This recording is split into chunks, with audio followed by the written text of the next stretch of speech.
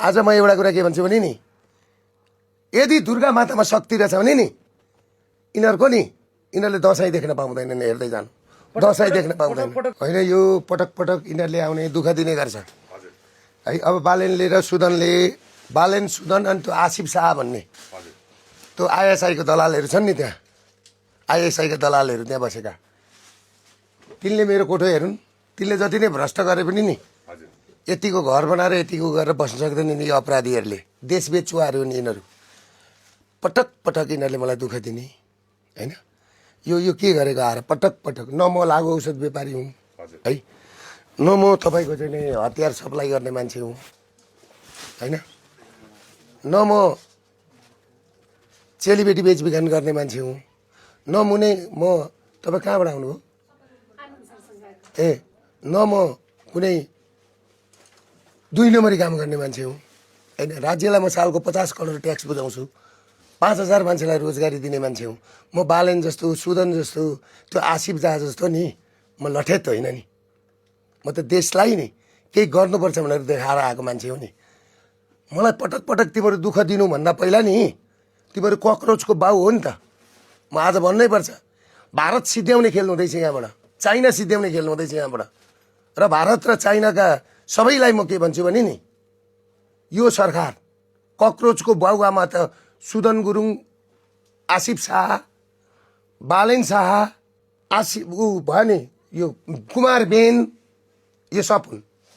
आज र 81 तपाईको घरमा यसरी छापा हान्नुको कारण चाहिँ के रहेछ दाइ? मलाई केही थाहा छैन। 81 आए, तपाईले जानकारी दिएन? दिएन जानकारी नदिएर होइन। मलाई एकैचोटि आए पुलिस होइन, मेरो अनि मोबाइल लिएर गए। मेरो मोबाइलमा के थियो र, मेरो मोबाइलमा केही साथीहरूको फोन थियो, लिएर गए। तिनले जहाँ फोन गर्छन् नि मेरो पनि त्यहीँ कन्ट्याक्ट हो, तिनले बुझ्दा हुन्छ। म त्यति साह्रो हिम्मत हार्दिनँ। मलाई लानु के छ, अब मैले मरेर लानु के छ, मैले त गरिसकेँ। तर यो ज्यादती जहाँ मेरो छोरी आज मलाई भेट्न आएको है, आज मेरो नातिहरू आज मलाई भेट्न आएको, मेरो दिदीहरू झापाबाट आज आउनुभएको, मेरो अर्को छोरीको पढ्दै गरेको बिएससी नर्सिङ पढ्दै गरेको छोरीको मोबाइल ल्यापटप लिएर गइदिए भनेपछि यामन्दा पाखण्डी यिनीहरूले देश चलाउँछन्। मानव अधिकार, राष्ट्रिय मानव अधिकार र होइन अन्तर्राष्ट्रिय मानव अधिकार र राष्ट्रिय मानव अधिकार अगाडि लघुवित्त पीडित, सहकारी पीडित, मिटर ब्याज पीडित, घरबार गुमाएर आएका चाहिँ नागरिकहरू आज 18 दिनदेखि खाली खुट्टा आएका मान्छे छन् त्यहाँ। 2 वर्षको दुधे बालकदेखि 84 वर्षकी वृद्ध आमा छिन् त्यहाँ। तिनलाई गर्नुको सट्टामा त्यो दिपा दाहाल भन्ने छ नि, त्यो पत्रकार बालेनको सो कहिलेसम्म हुने रहेछ हेरौँला, कहिलेसम्म हुने रहेछ, ट्रेडे गरेर भने कहिलेसम्म हुने रहेछ हेरौँला है। एउटा कुरो बुझ्नु कि हामी पनि चिन्छौँ।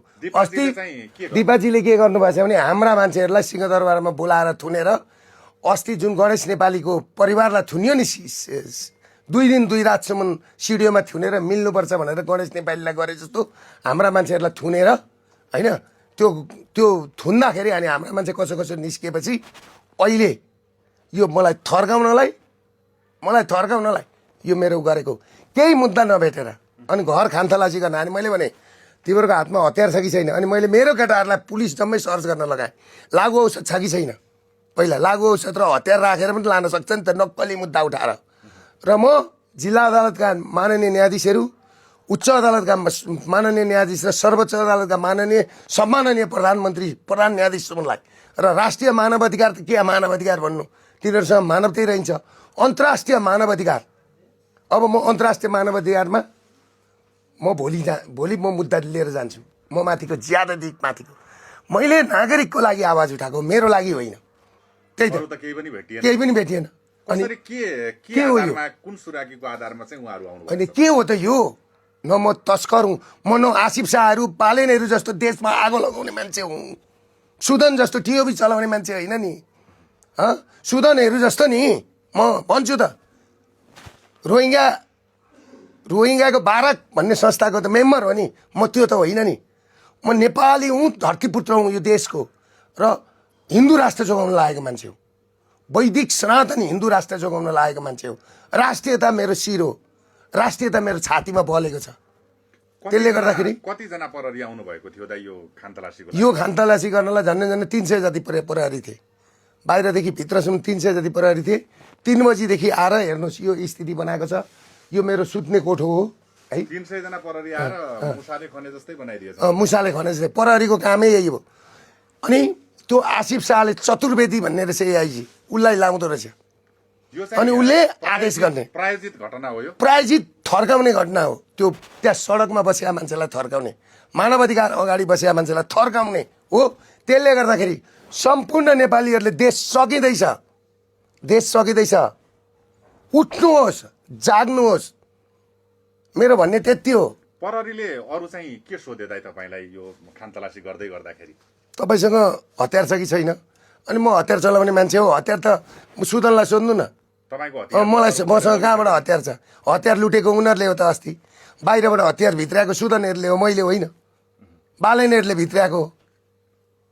जसरी केपी ओली नाङ्गेको थियो नि, यसरी नाङ्गिन्छन् यिनीहरू। मसँग दुर्गा माताको शक्ति छ। म माताको भक्त हुँ।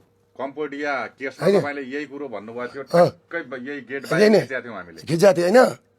आज म एउटा कुरा के भन्छु भने नि, यदि दुर्गा मातामा शक्ति रहेछ भने नि यिनीहरूको नि, यिनीहरूले दसैँ देख्न पाउँदैनन्। हेर्दै जानु, दसैँ देख्न पाउँदैन।